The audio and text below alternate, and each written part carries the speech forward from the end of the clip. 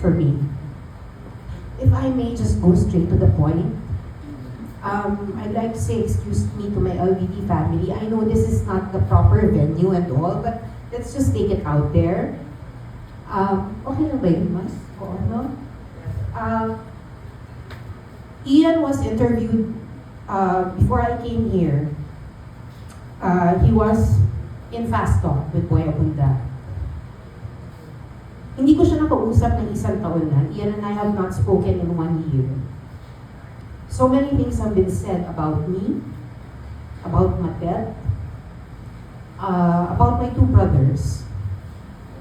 I have never said anything. Why? Because nire-respeto ko pa rin ang mami ko. At nire-respeto ko ang daddy namin na si Christopher De Leon. A lot of things have been thrown about me through time, even when my mom was alive. And I did not say anything at all. And yet people keep throwing stones at me. Walang utang na loob. Paulit-ulit. Suwayin na anak, walang kwentang tao. Okay. If that makes you happy, so be it. Pero ang hindi ko matitake ay ang isang sinungaling na tao. I came out with a statement a few months ago because what was being thrown at me is mana. Yung mana na yan, just to clarify, Ma'am, Miss D, I'm sorry po. This is about the show, but I'm really sorry. I apologize. Anyway. Okay, mana. Let me be clear. Wala akong hinahabol na mana. Wala akong hinihinging mana. Ni piso wala. Kaya kong magtrabaho at magpakahirap, magpuyat.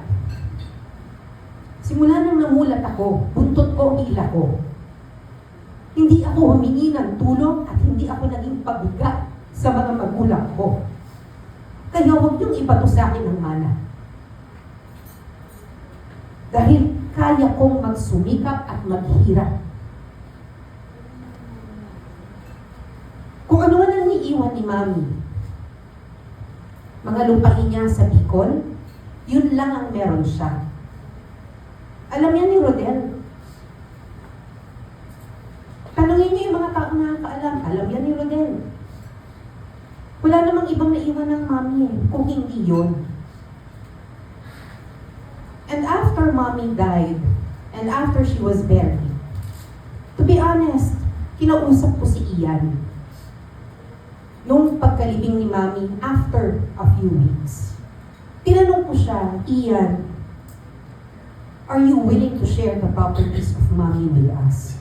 And tinanong ko yan without Matet, Kiko, and Ken knowing. Why? Kasi naawa ko dun sa tatlo eh. Hindi para sa akin, kundi para dun sa tatlo kong kapatid. Dahil wala namang iniwan si Mommy sa kanila. And tanggap naman namin na kung ano ang meron si Mommy, kay Ian yan. Walang nanghihingi yan, walang nangaagaw. At sinabi ko kay Ian, if you're willing to share the properties of Mommy with us, maraming salamat. Kung hindi, okay lang. Walang problema. And tinanong ko yan without Matet, Kiko, and Ken knowing. I just wanted to know if he would. For the sake of the three. Kasi ako, kaya ko. Buong buhay ko naman kinaya ko. Dumating ang punto sa buhay ko, wala akong pera, wala akong panggas, pinuputulan ako ng Meralco, ng tubig. Wala naman tumutulong sa akin.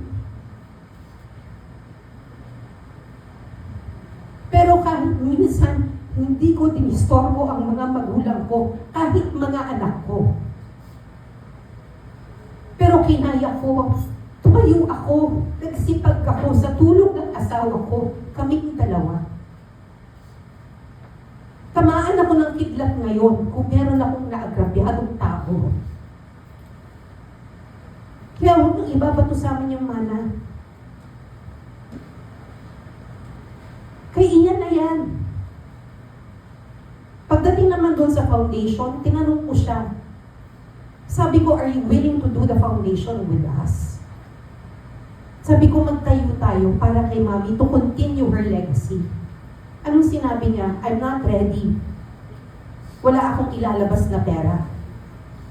At lahat ng usapan namin ni Ian, nasa text yan. May kopya ako. Sabi niya, hindi ko pa kaya ngayon.